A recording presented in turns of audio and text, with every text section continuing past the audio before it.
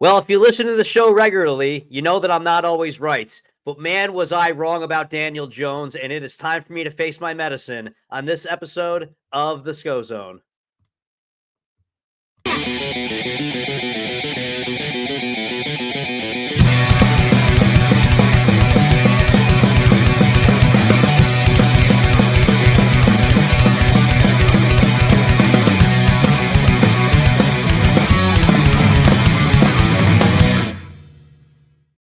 All right, everybody, welcome to the Scho-Zone. It's your host, Ryan Schofield, coming at you from the Degen Sen. Everybody, like, share, subscribe, all that stuff that douchebag podcast hosts like myself say. And like I like to say when I introduce a guest on here, we don't spit on it, we don't lube it up, we just get right into it. So everybody, welcome Mike Filemon from the Sports and the Real Shit podcast. What the hell are you talking about, man?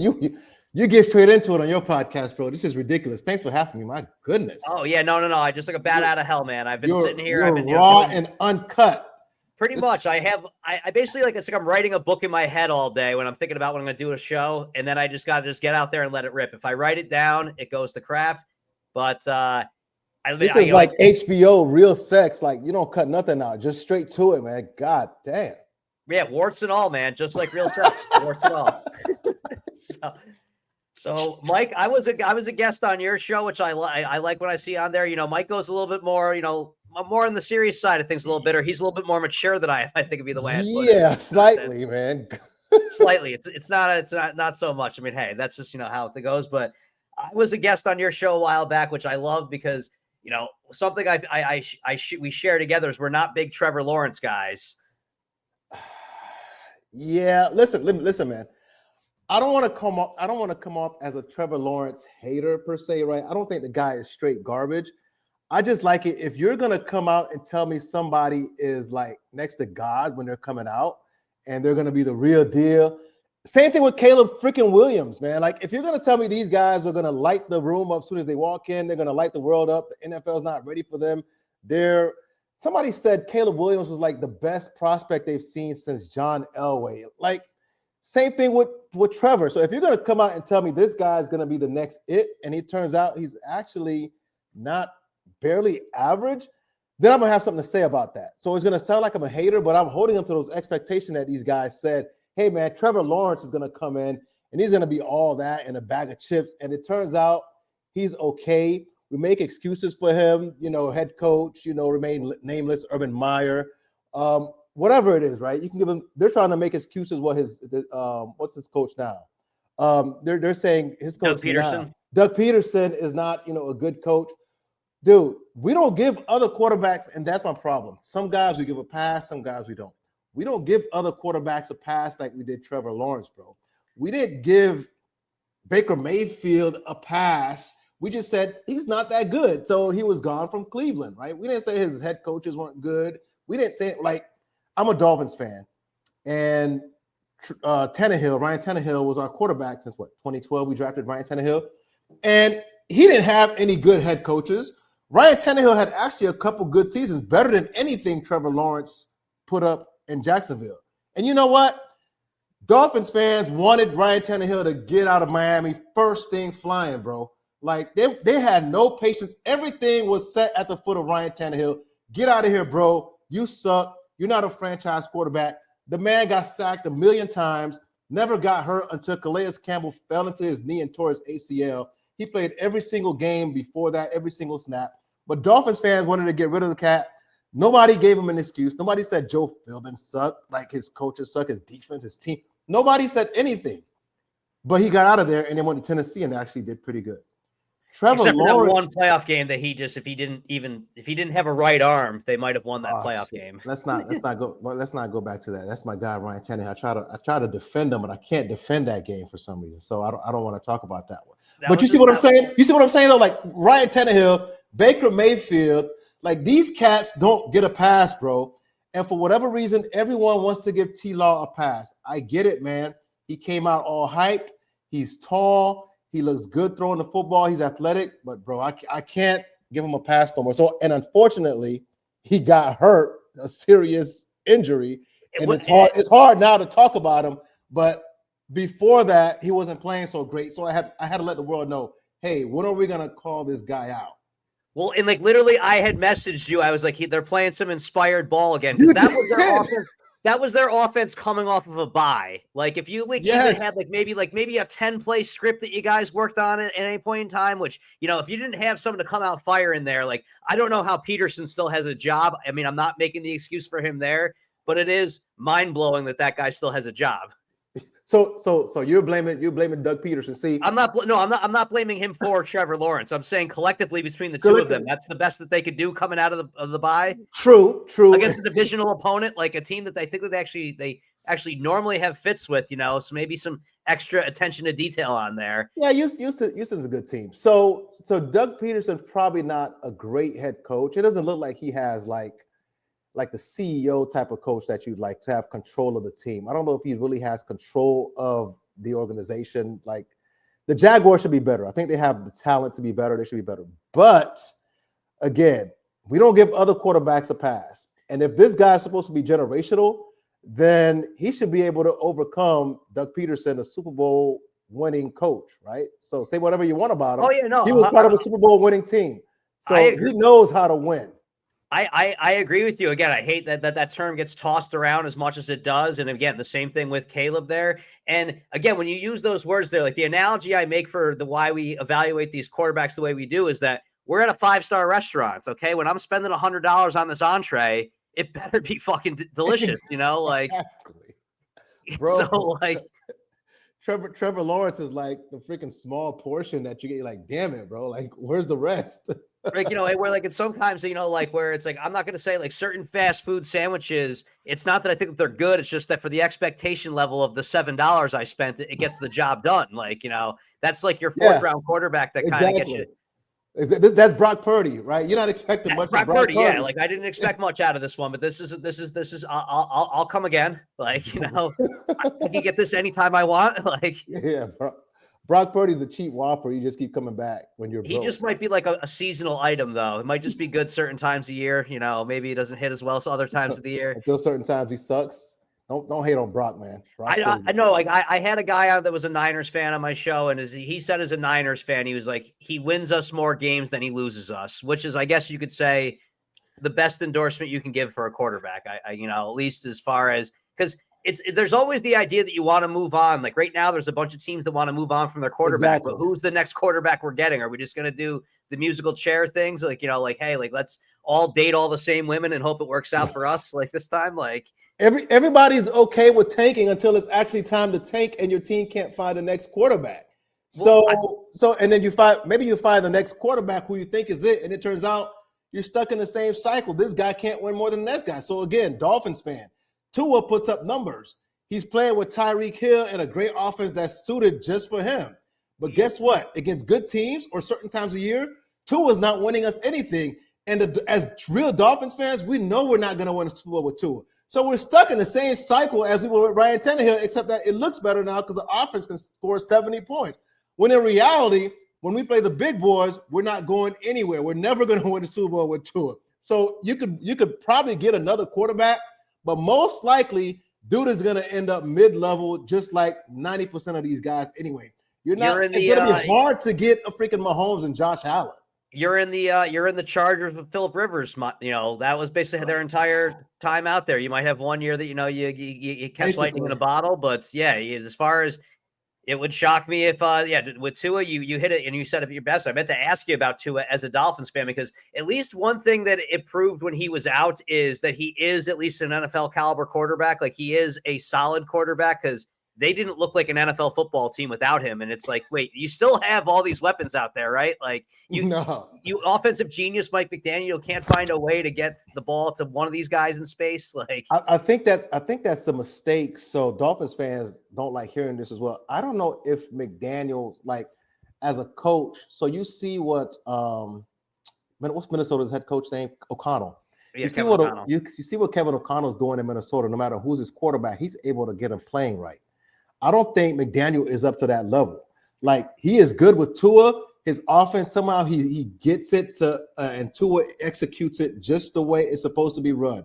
But he is incapable of creating a good game plan for any other quarterback to run properly. So people say Mike McDaniel's a great coach. I'm like, No, first of all, the Miami Dolphins are soft all around. Whenever they play a tough team, we get pushed around. Secondly, whenever Tua goes out, which is quite frequently, we look like a high school team. So therefore, I don't know if the coaching is really as good as they say. I think it's just a perfect combination of McDaniel having a really specific offense that fits Tua's specific real skill set.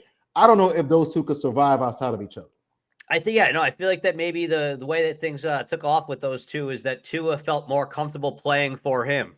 Is maybe, they matched each other with that. Tua strikes me as he might, need it, which is crazy actually because he went to Alabama. But it strikes me as that he might need that, a little bit more softer relationship that he was getting. A little bit love. Yeah. People say, well, he played for Saban, he doesn't mind.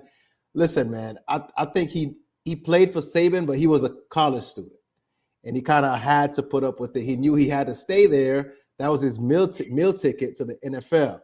If he goes to another team, less stacked, maybe he gets exposed because Alabama was stacked, just like the Dolphins' offense right now is stacked. So if he's not playing with all these guys, there is the transfer portal element to there as well too. At the time too, he had to kind of be a little nicer. Was he a transfer? Was he around? No, he wasn't a transfer. I'm saying, was he around though at the time? Yeah, because Jalen Hurts transferred out afterwards and went. That's right. So damn, transfer portal's been around that long. Wow. I don't know if it was quite as it was like the beginning phases of it. Yeah, it wasn't as crazy as it is now. You're right. It was because Jalen got out of there because he got benched. So who's another guy who I'm like, oh Lord, I think listen, on social media, the one thing you could cuss somebody's mama out. What you can't do is tell them that their quarterback is mid. So all week people have been talking about Jalen Hurts and how AJ Brown said, hey man, passing game is suspect. And Philly fans are going crazy at analysts on ESPN, Dan Orlovsky, and all these other people talking about, well, Jalen Hurts is kind of the problem. And Philly fans are like, you can't tell Philly fans Jalen Hurts is mid, bro. And Jalen Hurts as a passer is kind of mid. He'll hit some deep shots. He can run, but he's not going to sit here and slice and dice you like a regular competent quarterback you would expect to do, like when you need it. So he's won a lot of games, but I think he gets covered up by the team around him. So you can't tell these fans that Jalen Hurts sucks. You can't tell Dolphins fans that Tua is kind of mid. Like you can't say that, bro. It's like you're cussing. It's worse than really cussing out their moms, to be honest. This Jalen Hurts thing, man. A couple weeks ago, I wanted to have on a couple Eagles fans. I told you when I was on your show that the Eagles fans, they're a real rough hang, man. Like they're really good, decent people. Like they have wives, kids, and all that stuff. But when that fucking team gets on, when they play those 3-4 hours, unbearable. So I was trying to coordinate some times with everybody, but people with kids, stuff comes up. So we never actually ended up recording the episode, but now I just have this group chat that these guys who don't know each other, they just all communicate now that I'm just a part of it. And I just want to be like, can you guys take this somewhere else? But like literally during the Panthers game, first quarter, we always start slow. Oh, fire this guy. Why aren't we targeting AJ Brown? And then afterwards, all I just want to do is I want to talk a little shit about Jalen Hurts and Sirianni, because when it comes to competitive teams in the NFL right now, the coach quarterback combo, that's probably the one I still trust the least. Yeah, these guys. Listen, I don't even know if I can blame Sirianni. He probably has issues. I don't care. But what I see when I watch them is Jalen Hurts. He has all day to throw most of the time, and it looks all fine and good when he has all day. But anytime he has anything that resembles any kind of pressure, he doesn't look good at all. Like, I don't know if you saw he manufactures pressure. And he manufactures pressure because he's not a true pocket quarterback. He doesn't know where like his feet is not set. Like, listen, I'm not a QB guru, but I've been watching the NFL and football long enough to know what looks right and what doesn't. And even, the people who posted clips on social media, like you're watching like, why is he not throwing to a wide open AJ Brown? Like AJ Brown has a reason to be mad. Devontae Smith has a reason to be mad. Like, throw the ball, dude. But he looks their way and then he tucks and runs. It's like, what is your problem? So, yeah, I don't trust Jalen Hurts. This was even my take on them last year, though. My take last year was when I would watch them, because I would find myself, if I bet the Eagles or whatever it may be. I think last year I still played fantasy football, so I had Jalen Hurts as my quarterback on one team. That's why I watched a lot. And I would say that I noticed watching them, I'm like, this seems like this team's a power running team that just has to throw the ball because they have two high priced or high talented wide receivers. Like, it doesn't seem to fit the flow of their game. And it's like they just kind of have to justify the money that they spent. But that team looks like a power running team. Like, and this is what kills me is that I think the Eagles are a really good team. I think he is what holds them back, though. Yes. That's really what it comes down to. 100%. And Eagles fans aren't gonna like it. They're gonna come after you, bro. But it's true. I've said it before. I think I said it with you on the podcast. Like, yo, this dude is the reason they're not gonna win the Super Bowl. And Eagles fans, like I said, you can't talk about people's quarterbacks, man. You can talk about any other player on the team. You can talk about the coach, the GM, everybody else, but you can't say the teams, if they think their quarterback is good, you can't say their quarterback is mid, bro. And Jalen Hurts is going to be the reason the Eagles don't win the Super Bowl, and these dudes ain't going to like it. But I'm telling y'all now. It just blows my mind because it's like then you see all the stats they show me. I'm like, can you show me the clips of the game? I'm like, cool. He threw a 10-yard pass to AJ Brown, and because AJ Brown can't get tackled, it turned into a 70-yarder. Like, exactly. Like okay, he does buy some time here and there, but I'm like, ultimately, he's a glorified running back. Oh my God. You stole it. You stole it out. Listen, man, I don't want to be one to say it, but that's what it is. People talk about Lamar. Listen, give me Lamar as a pocket passer, despite his flaws, any day over Jalen Hurts. And that was Jalen Hurts. That was the reason why Alabama put into it in the first place. Like the same problems from when he was in college is the same problems now. Like, he is good.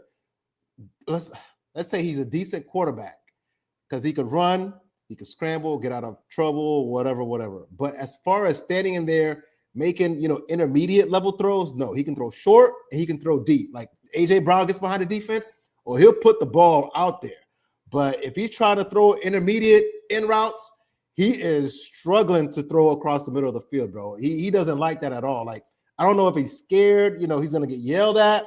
He looks like really timid when it comes to just being a regular quarterback. Like, fluid, set your feet, throw the ball, move on to the next down. He just not ready to do that. His demeanor on the sidelines too. I'm not always trying to be that guy, but he just always looks like he doesn't look like he's a fun guy to be around at any point in time. But he's not like he's angry. He looks like he's pouty.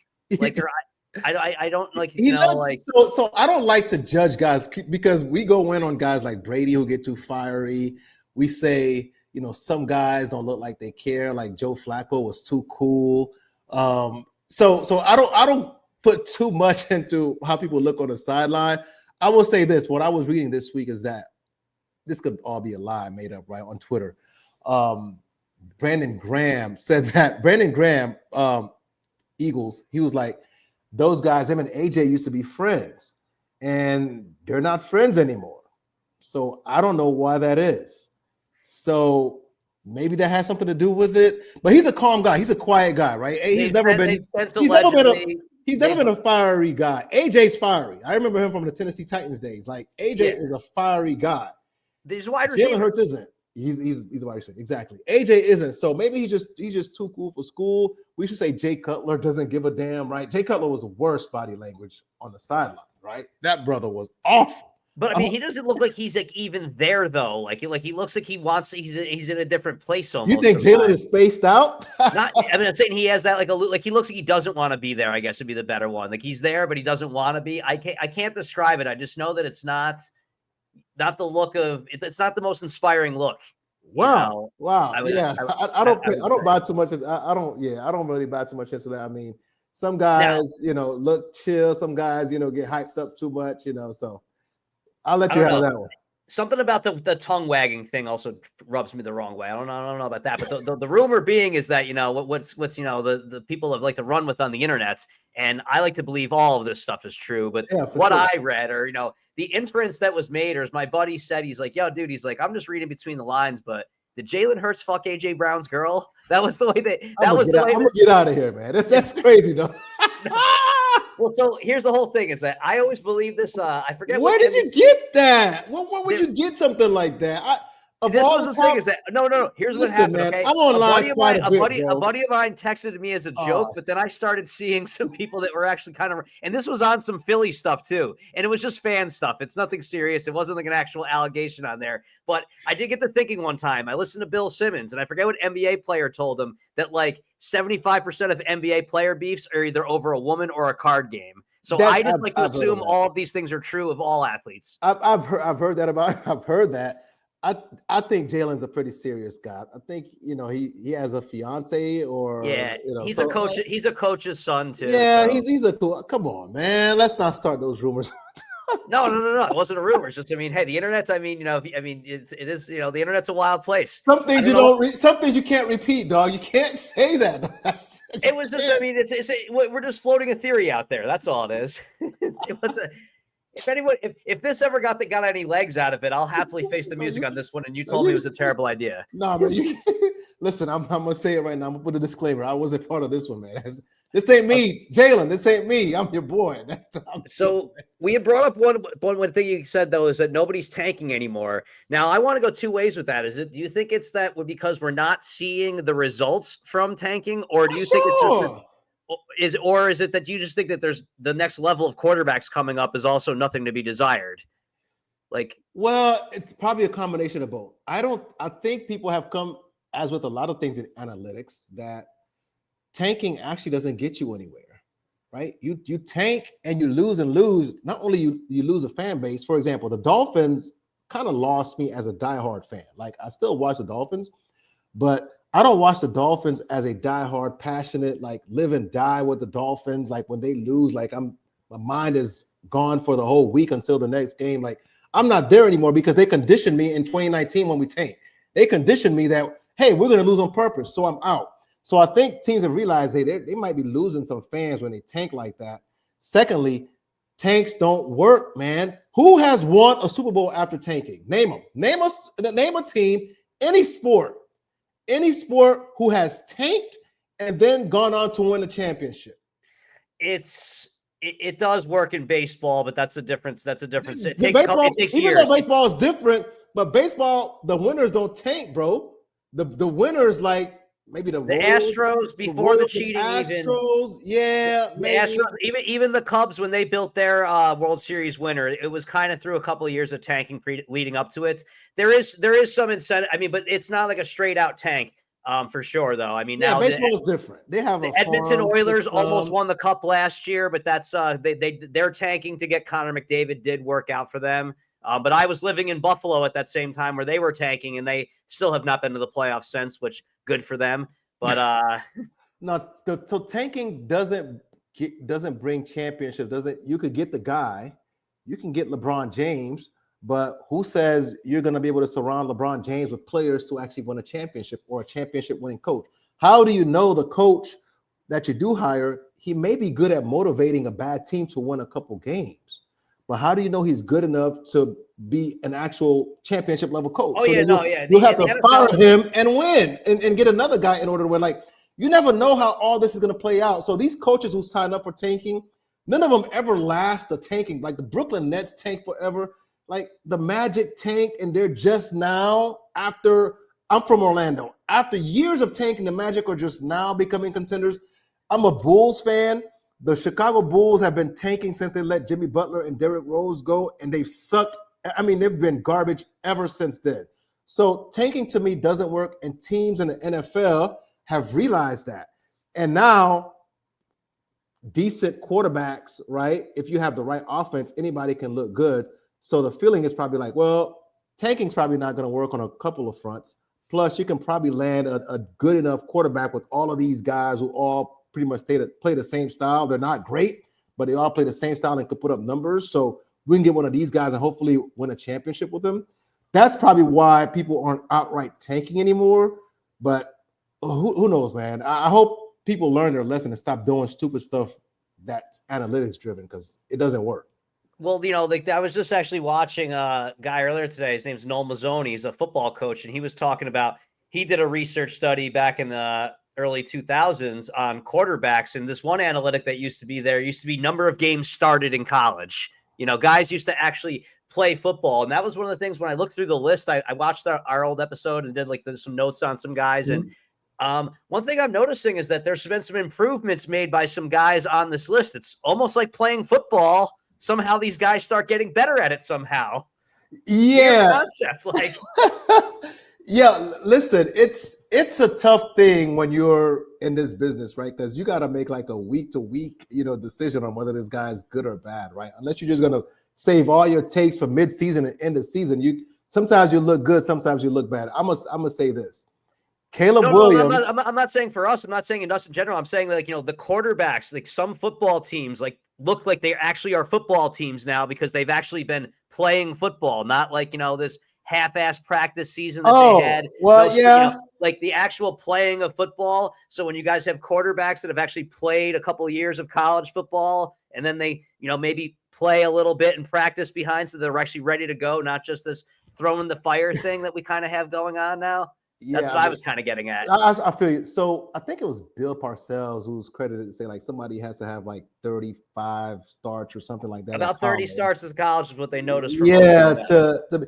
but nowadays, I mean, these guys they're playing 3 seasons. They may play, 30 something games. They're going to sit out a couple games. Not going to play bowl games anymore. If they redshirt their first year, right? So they'll play sophomore, junior, technically year. So And it's how hard many for different schools though now? yeah, and then they'll switch schools. I mean, unless you're gonna get Bo Nix, right, who played for 20 schools or something like that. I mean, Well, he was one of the guys on the list that we were pretty down on him. I mean, which we had every right to be when we recorded on then. And now all of a sudden, Bo Nix is like, oh wait. I mean, granted, like as my joke about him is by the time he hits his prime, he'll be past his prime in age terms. But you did I say mean, but he's actually showing like, oh wait, maybe he can actually do something. He's got, you he just need looks he a looks couple good. reps in the big time, and now it looks like he's actually got something there. Bo Nix does look good. I give him that. He's been working with Sean Payton. Clearly, been coaching him up. But the thing about Bo Nix that I don't know in college, right? I never saw anything, and maybe that's just me, not being a good quarterback, guru or whatever evaluator. But when I watched Bo Nix in college, I was like, I don't see like quick decision making. That's what I didn't see in college. Like, you expect a No, quarterback to be like boom, boom, like 2 steps, 3 steps, whatever, right? 5-step drop, bang. Like, I didn't see that from him. So I didn't know how good he was gonna be. And even though at Oregon, but Oregon plays such a wide open style, everything's open. You don't know how that really translates, right? But right. Yeah, the before spread. that, you're like, yeah, this guy's okay, but can he really translate? And then when you first watch him, like it's the league seemed too fast for him, like I thought, right? I thought, man, the NFL would be too fast for Bo Nix. Passes just aren't there all over the place. And then turns out he's decent. But guess what though? I'm my take on Anthony Richardson still Oh, stays. he's I'm not still he changing. was I'm one of not the changing guys. that. He was one of the guys that we said we would take Trevor Lawrence over him, and he's held very. And we literally said he's going to get coaches fired. I mean, he's going to like. Yeah. He still has a couple fourth quarter comebacks this year, but also has like. I don't think he's completed more than 14 passes in an NFL game yet. Bro, he still makes some ridiculous throws and ridiculous, basically like, wow, this guy's an amazing athlete, but I wouldn't have drafted him, man. I mean, again, the starts weren't there. That's one thing, but his ability to just be consistent is not there. Like he misses the basic stuff, but then he'll make a wild play. You're like, damn, he has a cannon. It's. And I mean, it's so. What do you do with a guy like that? You end up getting fired because you keep saying he's talented. Talented quarterbacks get coaches fired, and he's going to be one of them. he strikes me as he should have been like one of those guys that, back in like the late 90s when a high schooler would get drafted. It's like, we just got him in the system. He ain't playing this year or anything. Like, that should have been the idea. We got him in the building. We're going to be working on this now. Because exactly. You can't do any the tools that are there. Now, here's the guy that has been driving me absolutely insane because I can't decide quarter to quarter, half to half. Where are we on Justin Herbert? I still don't know. Which I mean, like, I want to say he's really, really good, and then I'll see a quarter of him not hit an open guy for the entire quarter, and I'm just so like, here's the deal with where Justin sits at now to me, and I predicted this before the season started. Justin can put up stats with the best of them. He can make crazy throws with the best of them. But when the chips were down and it was time to win, he always left you wanting before this season. But now with Harbaugh, he wins. But the team around him, like the structure is like, okay, you just sit here and, this one lane road. You're not like, Audubon just going crazy like you were before your previous coaches. So you're like, school zone, 35 miles per hour. Here, you're going to hit these short passes. You might hit a couple long ones, play action joints, but they're going to play good, tough defense. They're going to do traditional football stuff under Harbaugh, which is what Jim Harbaugh does, right? That's his style with the 49ers. That's what he does. So Justin, to me, now is pretty much a middle-of-the-road quarterback stats-wise because he's not able to bombs away. But I think that helps them win more because he's proven, like, if you just let him unleash, he'll put up a lot of numbers. He'll put up some nasty ESPN highlights. But at the end of the day, he's not going to win, and the coach is going to get the blame, and he's gotten 2 coaches fired. Yeah, no. And Harbaugh, I don't think he's going to get Harbaugh fired, but like that game last week against the Chiefs, the first half, I was like, he might not complete another pass. Then the third quarter, this guy is he's, Mahomes better watch out. And then fourth quarter, it's just like you knew he was not.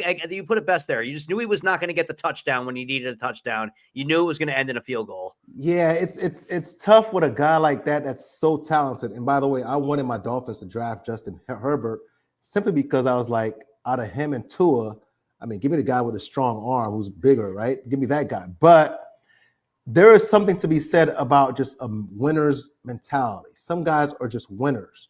And when it's time to win, they find a way to win. Some guys don't know how to do that. And I don't know if it's something that you're born with or something that you develop. But Justin, for whatever reason, when the chips are down, now he's won a couple games. They're not going to act like the guy is, straight garbage. I think he's better than T-Law, but he's 100% better. But I mean, like, it's like, do you put him into that like top tier type conversation, or is it just kind of and I hate that conversation for him because people look at his arm and he's throwing 80-yard bombs and the stats, and they're like, Justin Herbert's top 5. No, you got to win. Part of it is winning as well. And I know wins are not a QB stat, and I know there's a lot that goes into it. Definitely 100%. I'm not saying he has to win every game, but there are clearly times when the QB should make a play and he doesn't. That's what I mean by winning, right? There are clearly times when the game is in a balance and a key throw is there and he doesn't make it. And it's like, damn, you're not top 5. You're not ready for prime time yet, bro. Like Mahomes, he doesn't have the best receivers in the world anymore, but somehow, some way, the guy finds a way to make a key play, man. Drives me insane. Can't stand his wobbly running ass. I cannot stand it. But he makes the plays. Right? Some guys know how to just make the plays when it matters, and sometimes some guys don't. And this guy, Justin Herbert, great talent. Arm is a rifle, but when it comes time to win, a lot of times he leaves you wanting more, and he doesn't have it. So no, he's not top 5 at all. You know what I just started thinking?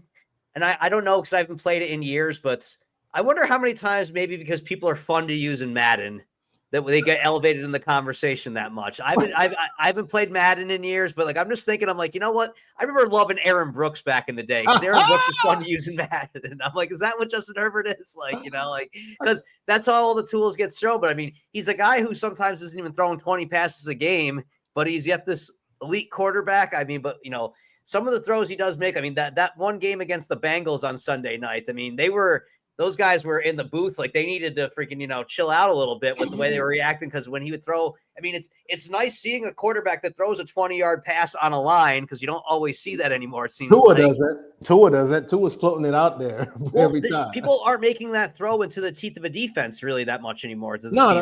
If anything, they're throwing it to the outside and they got air underneath it. Well, because everything, offenses are so different now. Everything is open and, it's like, offenses are designed to find a wide open receiver most of the time, right? Until it gets to crunch time. So you're not going to find many throws like that. So yes, your guy Collinsworth does kind of, get kind of funny about when he likes a quarterback. But everybody. And then on Sunday night, I got to say too, is that, have you noticed that the booth is just conditioned to nothing ever being Mahomes' fault, or that everything is about to be a penalty on Mahomes? Like Mahomes took a hit going out of bounds and they're like, oh, and he takes a late hit. And it was perfectly clean. They are the most biased mother suckers, man, out here. Listen, it was last year when Kelsey was out the first game last year, right? And they lost on the first game of the season.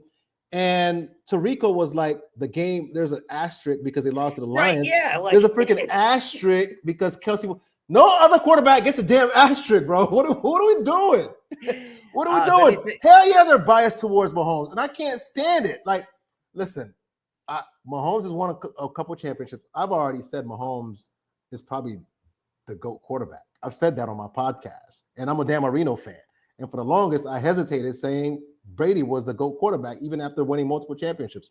But I've said Mahomes, but I can't stand the love that Mahomes gets. It's too much. It's like, bro, this guy is not perfect. He gets saved quite a bit by his team, but people don't want to admit it nowadays. He's a winner. He's a winner, but the team around him, his coaching has been great.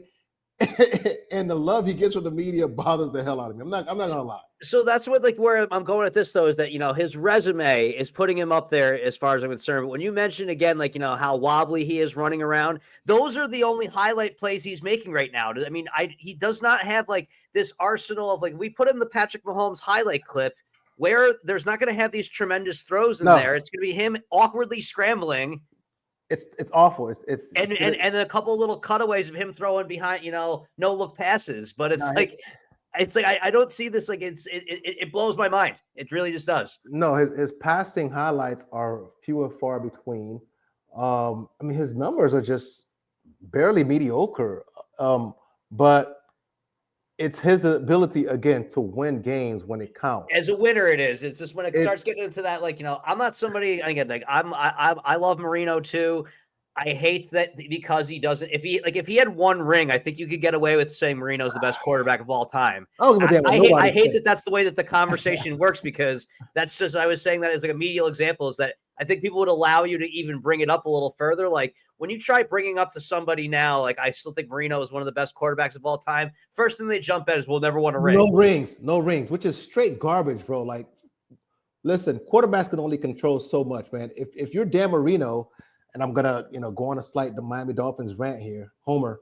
If you're Dan Marino, he doesn't have, like, he would lose to the Buffalo Bills in the playoffs almost every year. You know why? Because the Buffalo Bills had 4 freaking Hall of Famers on that team. Yep. Dan Marino didn't play with 4 Hall of Famers. So Dan Marino would drag the Miami Dolphins up to Buffalo, usually always snowing. I remember as a kid, the game was always in the freaking snow. Well, you're not going to pass for 300 yards in the snow, so what are you going to do? Run the ball. Well, you can't run the ball. You can't run the ball in the freaking snow when the quarterback can't pass. So now they know you can't run anyway as a Miami Dolphins team. And you also know that now that the quarterback is handicapped, you're not going to be able to play action much. So it's freaking stacked against the Dolphins, stacked against Dan Marino. And every year they would get blown out by the Buffalo Bills, and they would get kicked out. And that's what people hold against them. So if you don't look at context, you will say that Dan Marino failed, when really he never really had the better team, a team that was a Super Bowl contending team that was like, oh man, Dan Marino let him down. Oh, he didn't come through that year. They should have won. Like, it was always Dan Marino and the boys. Unfortunately, you can't do that in the NFL back then. Now, maybe you can. In a passing league, quarterbacks are protected. Now you can. Back then, looking with your historical context in mind, Dan Marino was like, his passing ability, not getting sacked, but, you know, for the record number of dropbacks without getting sacked, like all of these things, his passing yards back then, measuring them to now, like, come on, man. Dan Marino is the best QB to play the game. But if people want to say, well, with rings, you know, for your GOAT, then I guess you got to give it to, you know, Brady or somebody. So the one that always, the cherry on top for me is Marino at his Hall of Fame induction, when he just, you know, with the jacket on and all. I think he threw it to Duper. I forget if it was Duper or Clayton out there, but he had a, you know, just. Yeah. Who was that? I forget which one of it was Duper. Yeah. One of the marks. Just rips a throw, just, you know, and however old he was at that time. And it's just like, yeah, that guy could still do that. One thing we're starting to find out with these older, you know, guys is that, like, you know, I guarantee you right now, we could watch Marino rip off a couple throws and be like, wow, we still got it. And then I remind them about guys like Aaron Rodgers and Kirk Cousins, of maybe these guys only have it for a couple of plays, a couple downs, maybe a couple weeks, and then it's all over with, because those guys have it's all done with for those guys, I think. Listen, man, I was thinking about it this week, maybe last week. I was like, we used to put Aaron Rodgers in a conversation with Tom Brady. That was a mistake. I'm going to admit that was a mistake. Aaron Rodgers, as talented as he is, Aaron Rodgers is not should have been better. He should have won more. He should have won more championships. And he's not as bad as Herbert, but he's one of those guys who, for whatever reason, in the big games, like playoff games, he's not able to come through. And for comparing him to Brady for as long as we did, that was wrong on our part. That I apologize, Tom Brady. Aaron Rodgers is as talented as hell, but he, as a winner, which is what a quarterback is supposed to do, like when your team doesn't have it, a quarterback is supposed to carry you through. He ain't it, man. And as a result of that, we never really should have compared Aaron Rodgers to Tom Brady. He was just, I think, because there was the reason he found up, it was kind of a de facto thing because there was that little stretch of time there where he was always on a competing team during Brady's, during the tens. Because basically, I used to tell people at a point in time that the NFL was kind of boring to me. As I'm like, I used to list out these names. I'm like, you give me Roethlisberger, Brady, Manning, or it wasn't even Manning at the time, actually. Or Manning, Peyton. and Rodgers. I'm like, I got the Super Bowl winner most likely out of those. Yeah. And then actually, the only who actually jumped into that for a little bit was Russell Wilson, who when we did our quarterback list last time. When we did our quarterback list last time, Breeze was falling off pretty good in the 10s, I would say, for the most part. Or I just didn't hold him in that same regard. But when we were doing our quarterback list last time, Russell Wilson didn't even come up in conversation because Justin Fields was actually getting it done in Pittsburgh. Are we buying into this? Hold on, brother. Hold on. Wait a minute, brother. Justin Fields wasn't getting it done. He was. They were winning games. They were winning games. Don't say that. He wasn't lighting nothing up. He wasn't losing them games. And now Russ has come in and they look different, bro. You think they can win? You think they can win? I'm the one that remembered this. You think they can win a championship with him? This is the thing, as I would say, is that it would shock me if the Steelers won a Super Bowl, but I also think that Steelers could beat anybody on any given day. They could also lose. They're in that category, though. They could also lose to anybody on any given day, though. I don't have the trust factor into them. I mean, I might be the only one that remembers this, but they were on the verge of getting blown out by the Jets, actually, on that Sunday night game. And Russell Wilson in his first game was getting booed in the first quarter. But they do have this genius idea for offenses that, you know what? Russell Wilson still does throw the best deep ball in the NFL. And guess what? It's either going to be George Pickens is going to do something super freak, or he's going to draw a flag, or it's going to fall incomplete. Yeah. And once they started doing that, all of a sudden the running game just took off from there because you actually it's one thing, even if you don't necessarily complete the passes, throwing those deep shots there just makes life so much easier for the offense. Yeah, because people have to respect it. They know you'll take a chance, so they can't play zero coverage the whole time because they know you might just throw it over the top. And George Pickens, one-on-one, is kind of a problem, right? So here's where I stand with the Steelers, man. Mike Tomlin's my guy. I don't think he's gotten the respect he deserves over the years of the latter years with Ben Roethlisberger. Come on, man. What do you expect the guy to do, right? They haven't had an NFL quarterback in 10 years. And forever. But they put up with Roethlisberger. It is what it is. So great coach. I'm not sure if you say, okay, you line them up team by team and you're like the top team. Would you take them against the Bills? No, because Josh Allen. I don't think they can keep up with scoring with the Bills. Right, they can't keep up, and as much as T.J. Watt is a problem, he's negated by Josh Allen. Josh Allen runs too damn much, right? And T.J. Watt makes plays, but T.J. Watt really just does the same move every play. It's just he's amazing. And if you've noticed now, though, is that it's the other guys that are getting the sacks. So he's still commanding the attention, but I forget the other guy's name. But it's like the Steelers just. They mold these guys. They literally just they just draft the same guy over and over again and then just plug in. It's just a different name on the back of the jersey, but it's the same guys before. Kevin Green and Greg Lloyd, those freaking thick face masks. You remember those things? Oh, I remember. That was football, man. Oh my God. I mean, at one point they had Levon Kirkland at 300 pounds playing linebacker. Yes, they did. It's is the same guy. It's amazing that they've kept that same George identity. Pickens, okay, he's just Antonio Brown with like half the game. I mean, that's really what it is. Is that a wide receiver with some why you gotta be a hater, man? I'm Come I'm on, not a man. hater. I'm just saying that George Pickens, there's a reason why he wasn't always playing at Georgia, and there's a reason why he fell in the draft a little bit. He's as talented as anybody else there, just not all. He's not all there, man. If he gets his head on straight and plays like a true, hey, I'm a number one receiver, this guy can be. I don't want to be sacrilegious. This guy can be Justin Jefferson. It's not the craziest thing I would say. He's talented.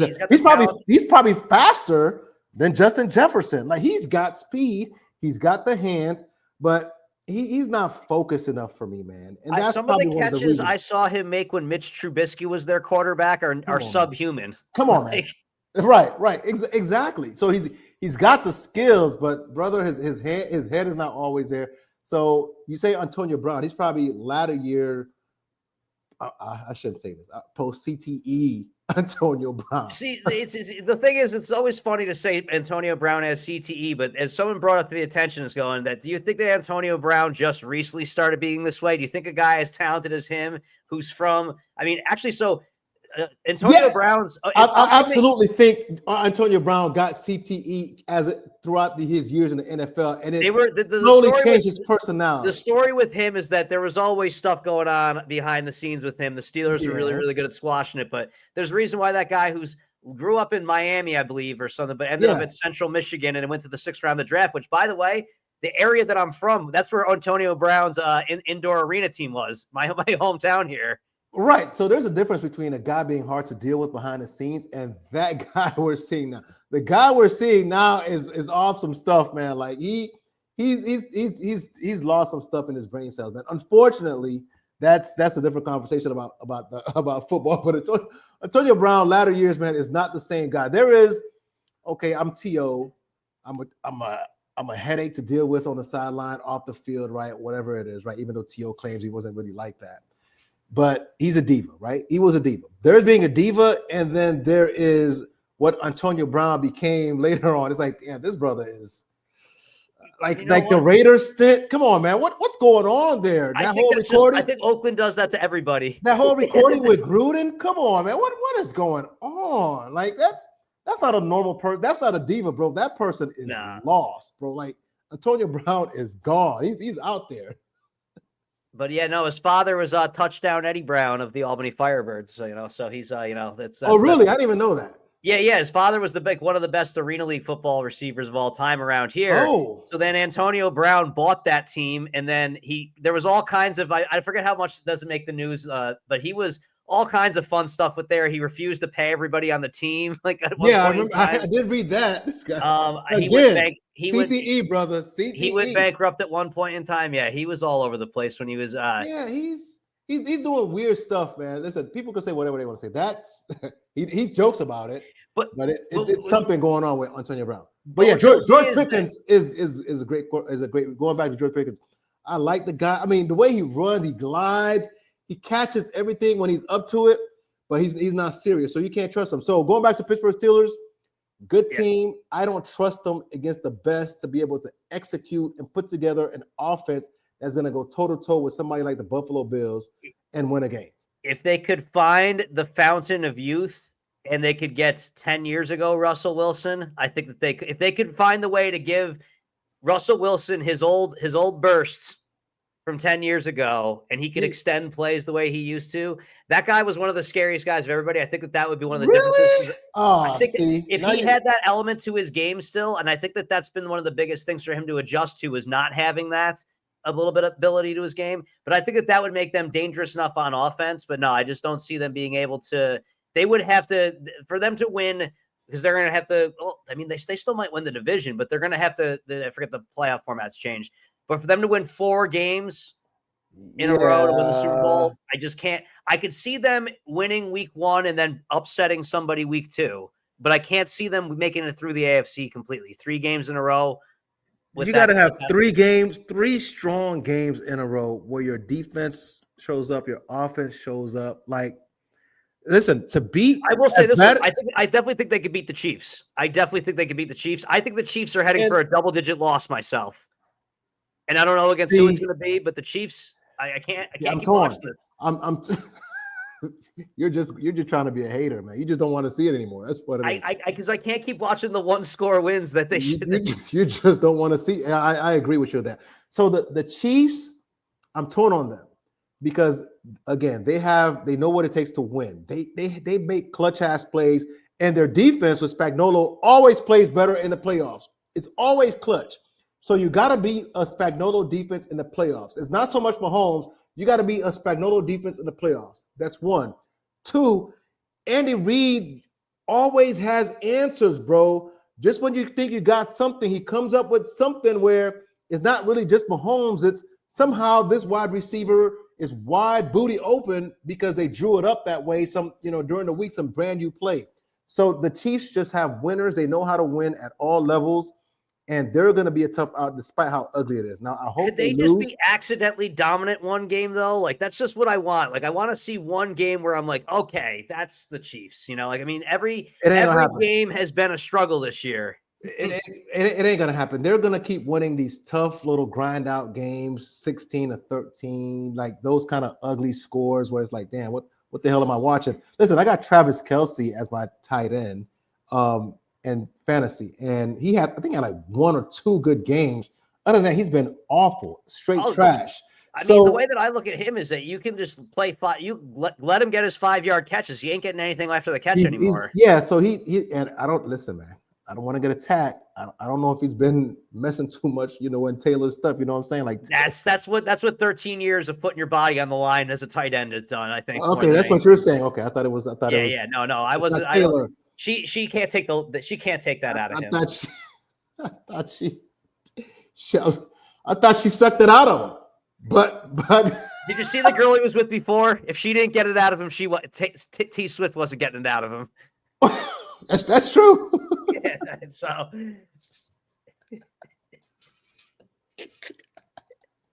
Oh man, this is wild, man. We're going off track, bro. Yeah, no, it's a Scho-Zone. Shit like this happens all the time, but anyways, so I mean, it sounds like you're going the Chiefs regardless. No, so I want them to lose. I'm done. If it ain't my team, I don't like. Right, yeah, you technically are the Dolphins. If it ain't my team, I'm not gonna sit there and root for somebody to be so dominant like the Chiefs have been. Okay, I don't. So I'm done with them. They've had their run. It's over. So now I'm actively rooting against them. I just think they're gonna be a tough out.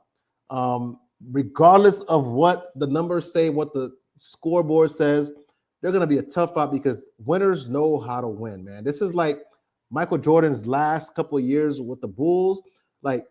These guys weren't the greatest team. They weren't really the best team in the NBA those years. Scotty was aged out, really. Like his back was acting up. Like he wasn't the same. And it was really Jordan carrying these guys, like the rest of the way to get them to those chips. Yeah, the Jazz were supposed to be the best teams. The Jazz should have won those chips, but Michael Jordan became, was Superman. Same thing happens with Mahomes.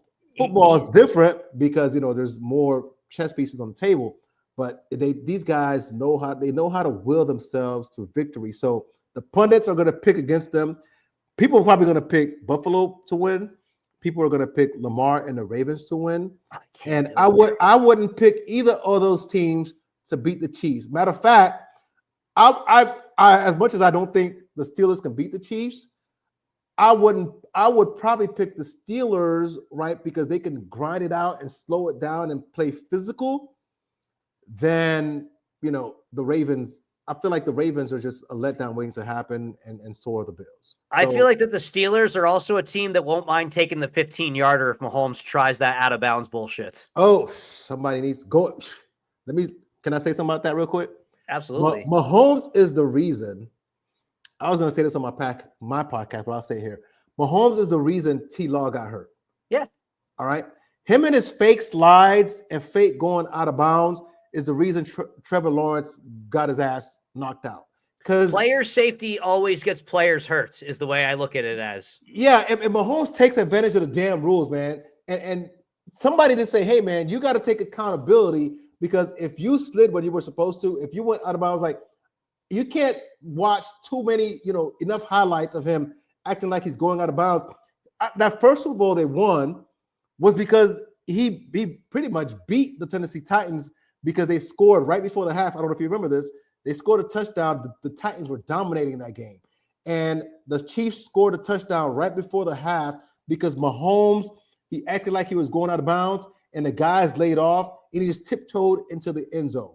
And if this was back in the day, he would have got his ass laid out and would have never scored. And he plays his game all the time. When he acts like he's going out of bounds, he acts like he's going to slide, and you can't touch him because you're going to get a penalty, and you might get freaking arrested if you hit Mahomes hard. So, I mean, I've been thinking that you should just get rid of the slide rule, and that way, if a quarterback, stop the quarterback from running, because it's all about not getting the quarterbacks hurt. That's what the whole. They're going to protect the quarterback, man. They might add an additional rule to that, like they'll never stop protecting the quarterback because that's the money, man, right? But I mean, ultimately, the quarterbacks need to protect themselves a little bit because, again, it's just that dumb thing of that they're the one player once they enter this field, the rules are different for, and you can't hit them high, you can't hit them low.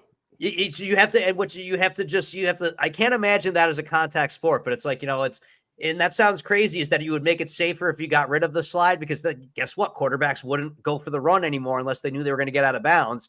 But it's like I always tell people before that how you get rid of concussions in football? Get rid of helmets. That absolutely. Guess what? People aren't going to run around like that if they don't think, because while we think it's there for protection, it's there as a weapon. Yeah. Whatever you have there, like people use it for the exact opposite reason because they believe it's protection when really, you can get your ass knocked out at any time. Yeah, so. It's meant for when somebody smashes their head into yours, not so you can smash your head into theirs. Intentionally, yeah, guys intentionally use it as to spear people. No, that's a valid point. So going back to the point about the Steelers again, they're a good team. I don't know if I trust them, but I may trust them against the Chiefs as opposed to the Bills. It's just wild, man. Like I want to see. So who else is up for the playoffs? We got the Chiefs. We got the Dolphins.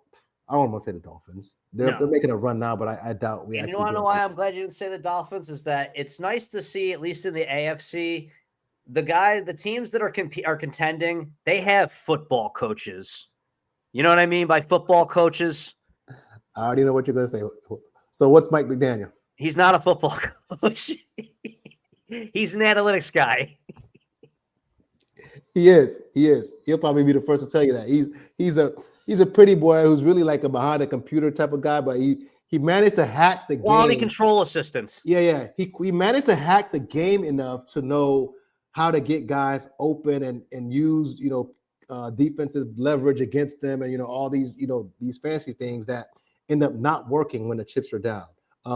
So the playoffs are going to be the Chiefs, the Bills, the Ravens, the Chargers. The Broncos and Chargers are going to be in there. Broncos is a 6-team. Steelers? Did I say Steelers? Yeah, Steelers, Ravens, Bills, and then the Texans by default. Oh, Texans. That's right. By default. And I mean, honestly, have you seen the stats on Bryce Young versus CJ Stroud in the past couple of weeks right now? Listen. I've never seen anything like this. I last year I said, hey, I like Bryce Young, but I didn't want to go too hard on. I mean, I like CJ Stroud. I think he's a good quarterback, but I didn't want to go too hard on Bryce Young when people were dumping on him because I was like, Bryce Young, and I'm not an Alabama fan, so I was like, I don't care for Alabama players at all. But I was like, Bryce Young is just, for whatever reason, he should have been thrown out there so early, and the team around him sucked. But I thought he could be a decent quarterback.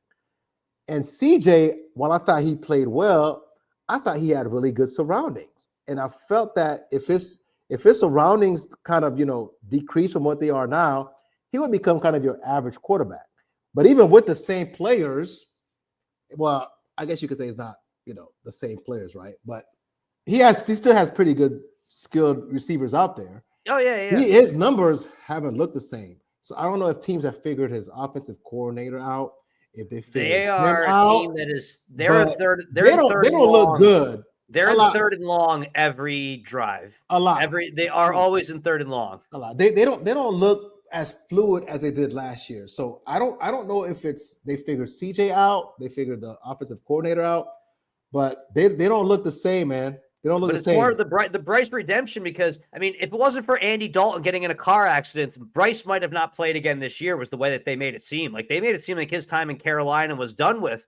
And now maybe because, maybe it's like how you have to hit rock bottom in order to get better or something like that, because it seemed like his football career was like, oh, wow, we missed on this one. That was like never going with a guy that small again, because he's starting to resemble that guy in Alabama a little bit as far as that he looks like he has command of the field, where before it didn't look like he belonged on the field. Weren't you cracking jokes about his size? Yeah, because he had to jump up. He couldn't. He had to jump up to throw passes over some of his linemen. I don't say this as a big man. I'm 5'7" myself too. I feel like I'm looking at what I would look like out there. Only he's 2 inches taller than me. Yo, man.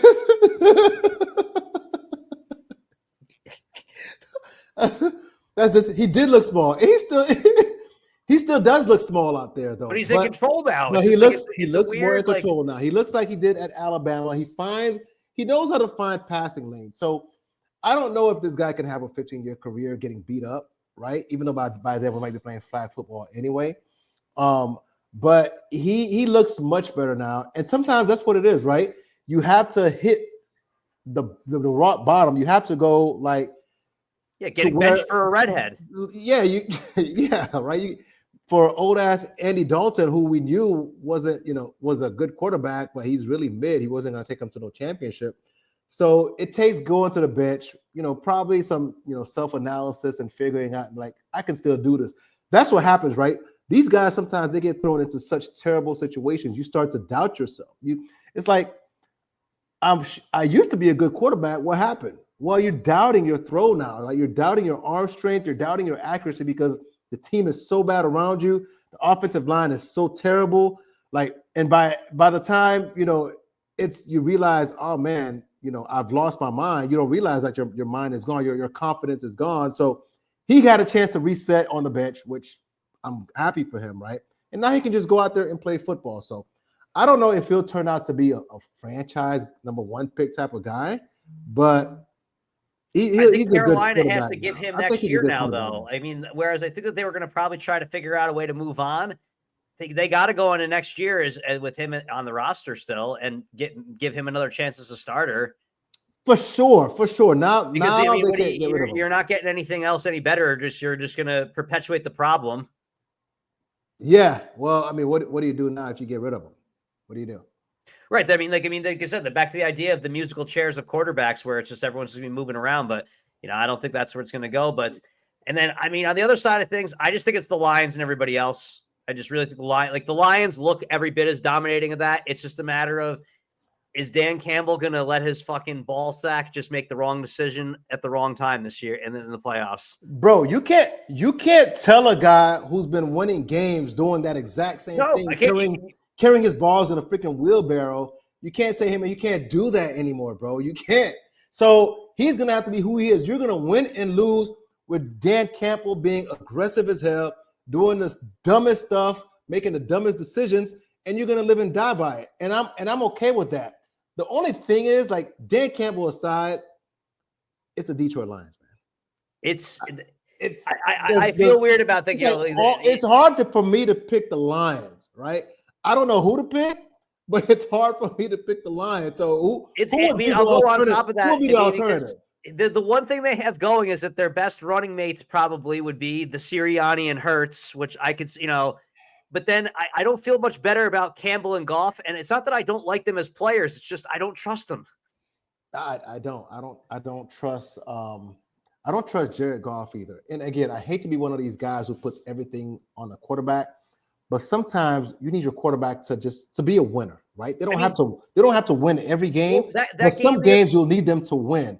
And that game the other day, last Thursday, was exactly why with the Goff thing, because that interception he threw against the Packers, I couldn't believe it as I watched it in real time because he was staring at that defender the entire time.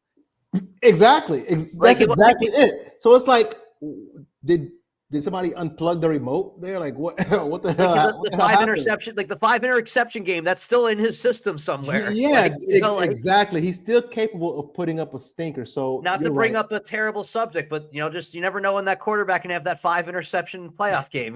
Like Hey man, Russell Wilson won a NFC Championship game. I keep trying to remind people this whenever they try to get on Tannehill. Russell Wilson had a 5 turnover game, 4 picks, 1 fumble. I know And exactly what game you're talking about. I won NFC money on that game. Championship game against freaking Aaron Rodgers, and they won and went I to the won Super money on that Bowl. game. So And then don't tell me that you can't overcome a bad quarterback. But but I don't trust Goff.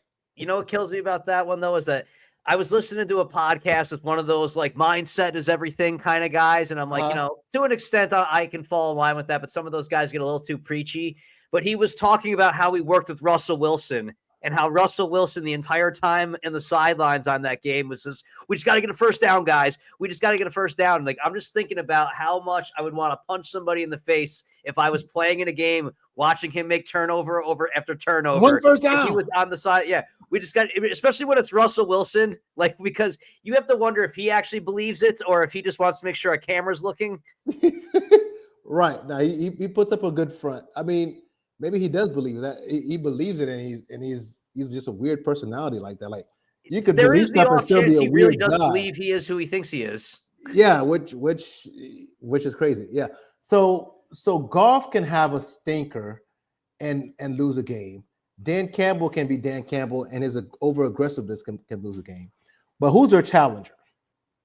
Who's going to be Jalen Hurts? I don't trust Philly at all. So I don't think they're really a challenger to me, right? So if you don't pick Detroit, who else would you pick? I'm going to say this will be my. So I made my idiotic statements which we didn't talk about, on this time. I'll say this right now, and they almost beat them week 1. If the Rams are healthy, I don't think anybody wants to play them. Nobody wants to play them, but do you trust them? I trust them, yes. Because Stafford has bad games too. I feel that Stafford is notorious for 5-pick games, bro. When he was with Detroit. even now. I know. He throws bad picks. I refuse. I mean, because here's the one thing. Am I just going to completely sleep on the Vikings? I mean, because I don't trust Sam. I mean, the NFC, I just want to say it's just easier for my mindset to say the Lions are that much better. But I agree with you. I can't trust any of these teams. You really can't. So if you don't pick the Lions, I don't know who you would pick. You have to go with the Eagles, and I just can't let myself do that. I've talked too much shit to too many Eagles fans to go through another year of that. Who would you pick?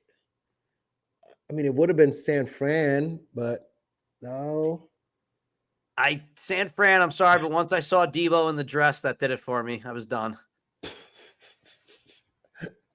Listen, man. Okay, so here's another thing too. Tanking never works. Has paying a wide receiver ever worked? Did Cooper Kupp get paid before they won the Super Bowl? He got paid after. He got paid after. Okay. So paying big time wide receivers. No, I can't think of anybody else who really won after they paid a wide receiver. Once you pay that guy on the outside, I mean, it's because Brady didn't win with any actual wide receivers. He had that whole period of time. But signing guys on the outside does not win you anything. Wow, valid point. So that means, hey, Detroit hasn't. They paid St. Brown, haven't they? They did pay St. Brown, yeah.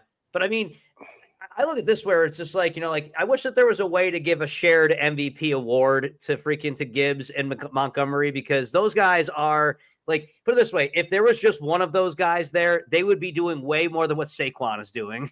Yeah, they're a great. Well, I don't know about that. Well, I mean, but they're for combined rushing and receiving, they were 4th and 11th between the two of them. Let's not get carried away. Saquon is special, man. No, don't do that to Saquon. Saquon is a special dude. Like he does stuff like that. You can't just say, hey, if this guy had that many carries, Gibbs and Montgomery are tremendous. Saquon Barkley is a different level of athlete, man. Like. Well, he's able to survive having a quarterback or a running back for a quarterback. So that's, I guess I got to look at it that way. Exactly. I guess it's just hilarious to me of that, we'll end on this one is this, it was the what I did as the intro. So possibly my dumbest sports take of 2024 was Oh, that when I said shit. I didn't think Daniel Jones was Oh, as bad as hell. everybody else You thinks. actually wanted to go there? See, I didn't even want to. I wasn't going to say nothing, bro. I was like, I'll let this guy ride off to the But sunset. given that, seeing what they look like after him, put it this way, he was never, ever the solution, but he definitely is not the only problem there because Saquon never even looked like Saquon did not even look a half as good at any point in time in New York as he looks in Philly right now. Like that team is just they're the worst team in the NFL and the worst organization in the NFL. Ryan, there is no excuse for Daniel Jones, dog. There is literally no excuse for that. Like I told you on the show, man, this guy should have never been a starter in the NFL after his first season. He should have been done. He is the only one who has gotten such a pass. So I talked about Trevor Lawrence and people saying Trevor Lawrence, people don't talk bad enough about him. Daniel Jones should have been benched after his first season. He oh my God, man, I'm gonna go crazy here. Daniel Jones, I'm not a Giants fan, but all the games I've watched on Daniel Jones, because they put this mother sucker on TV every week because of the Giants, he has not shown me a single game where I'm like, Daniel Jones is a legitimate NFL starter. Now, he's made some throws, but most of the time he's throwing incompletions to wide open people behind them, over their heads. He's never been consistent throwing the ball. He throws the dumbest picks ever. Like, he should have been kicked off the team when he had an easy touchdown and he tripped over himself. And he's supposed to be a great athlete. Get the hell out of here, man. Daniel Jones should have been gone a long time ago, just like everybody wanted Baker Mayfield gone out of Cleveland a long time ago, like soon as he started not being so great. Like, no quarterback ever has gotten the pass that Daniel Jones got. Somehow he lasted 6 seasons as a starter. As a freaking starter. I still don't think he's even signed yet. No. Why? What the hell? What were you talking about, man? I'm just saying. I think the point's been taken is that he might have just been blacklisted from the NFL. Get the hell out of here, man. Listen. No, I'm saying he still hasn't been. That's just hilarious. I know. He shouldn't be. Come on, man. Listen, I don't like to bag on people this much, but it bothers me that of all the people, Justin Fields, Justin Fields looked way better as a quarterback than Daniel Jones. People wanted Justin Fields benched a year ago in Chicago. Like, they didn't want to let him last a whole season as a starting quarterback. Somehow, Daniel Jones gets 6 freaking years with the same team. He didn't get cut and then get picked up and got a second chance.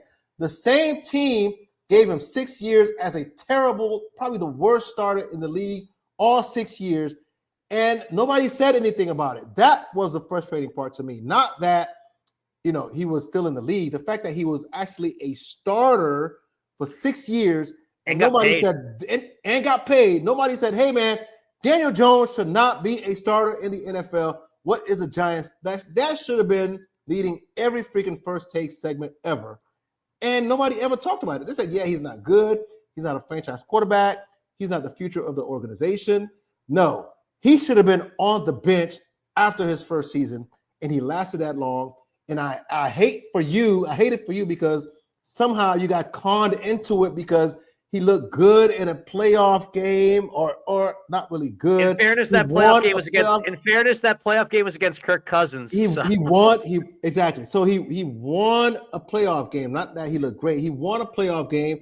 So, I think he won me a same game parlay too. So he won you some money. Okay, that's what it is. He won you some money. He put some money in your pocket. So man, this guy's been straight ass for a long time.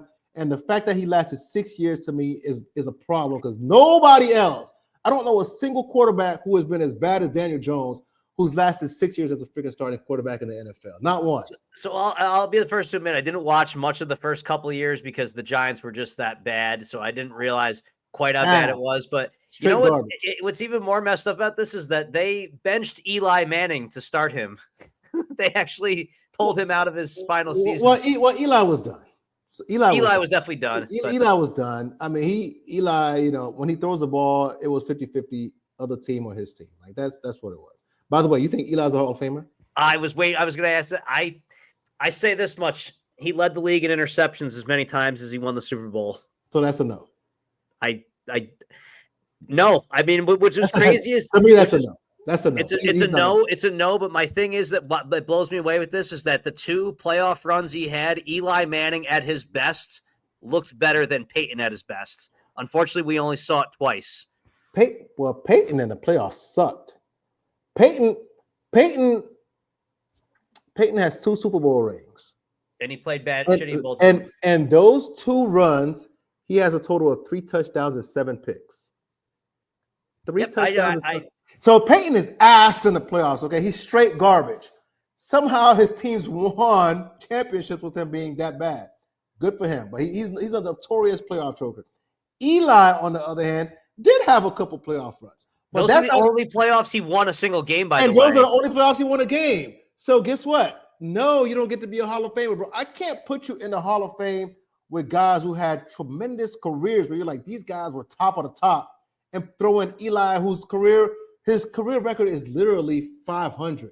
But you know they're gonna put him in there. It's the Manning family is like they're like the Clintons of football. Exactly. If this guy's last name was Wilson, like he's not going anywhere. His last name was, I don't know, Eli Johnson. Yeah, he's not going anywhere.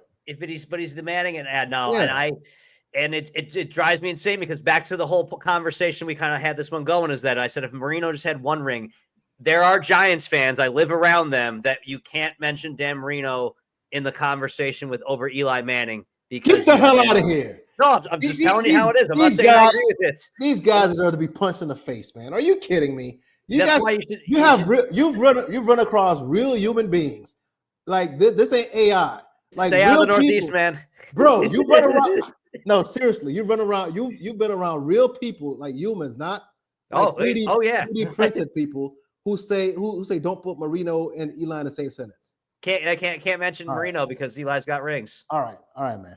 All right. And NFL need to close shop, man. People don't care about watching games anymore. If that's the argument, people don't care about watching games. It's just have one game called the Super Bowl and that's it, bro. NFL might as well cut it out. If you're gonna tell me Eli Manning is anywhere freaking close to Dan Marino, oh my God! Somebody, come on, man. I agree with you, but that's the ring logic though we have to use.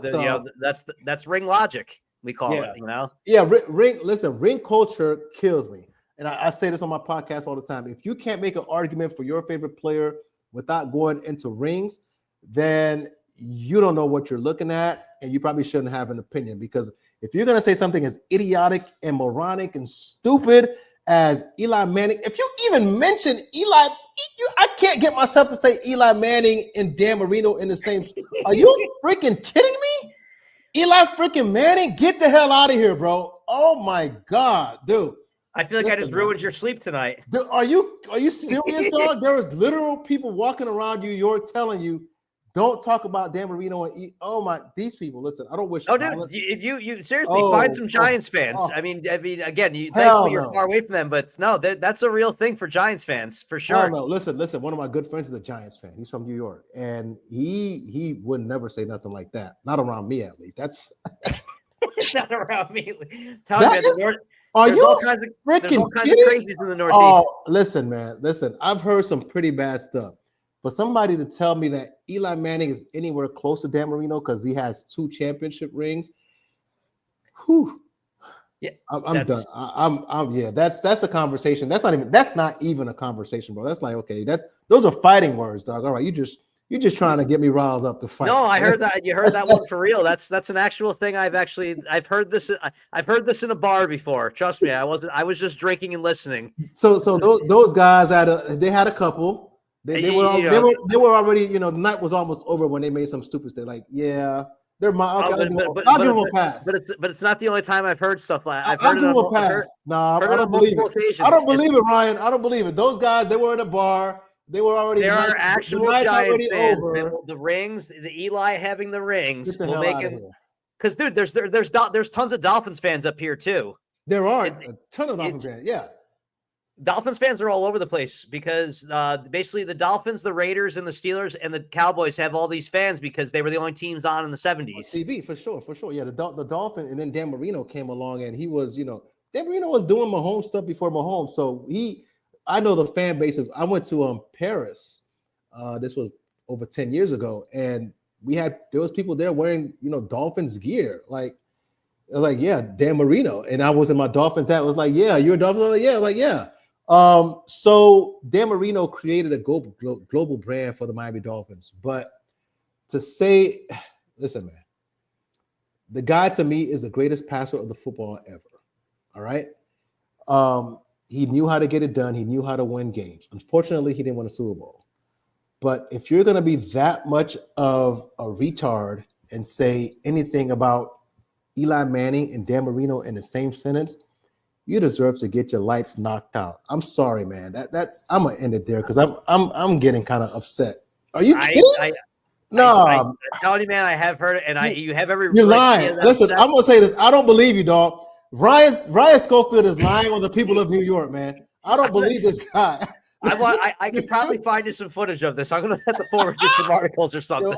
I don't believe this guy. Ryan is lying on the good people of New York. I don't believe it at all, bro. Nah, man. No way. No way somebody in real life said that. It all just started with this. I don't believe Eli Manning is a Hall of Famer, but Mike, it was a pleasure having you on, chatting some ball again, and check out his show. It was Sports and the Real Shit, or Sports and the Real Shit, man. Yeah. Check me out, man. Let me plug Sports and the Real Shit real quick. So I talk a lot about sports, like I do with Ryan here, but I don't get as animated as Ryan does. But I do the show Sports and the Real Shit because we're all sports fans, right? But we go through stuff, right? We deal with things as adults that we really don't have a forum, right? Or we don't naturally gravitate towards learning those things, whether it's about mental health, whether it's how to start a business. A lot of us don't know these things that, we want to start a business, but we don't know how to get a new job. A lot of us don't know how to get a new job. So I try to have some of these conversations outside of sports on my podcast because I think they're relevant, they're important. The mental health thing is a pretty big deal, I think, for us. And I've been having a lot of conversations around that. And I know it's new for men, right? Like we don't really talk about mental health, our feelings and emotions and things like that.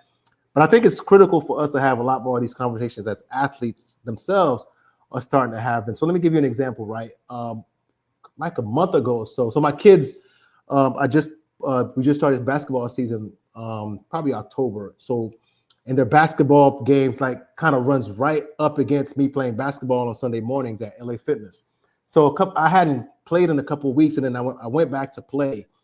We play 8 o'clock on Sunday morning, and we start off usually with like a prayer on Sunday morning, right? It's like the first gym I've gone to where these people actually pray. But these guys, we start off with a prayer circle, whatever, on Sunday morning, and I get there after having not been a couple of weeks, and one of the guys is like, this guy, one of the guy, he's not with us anymore.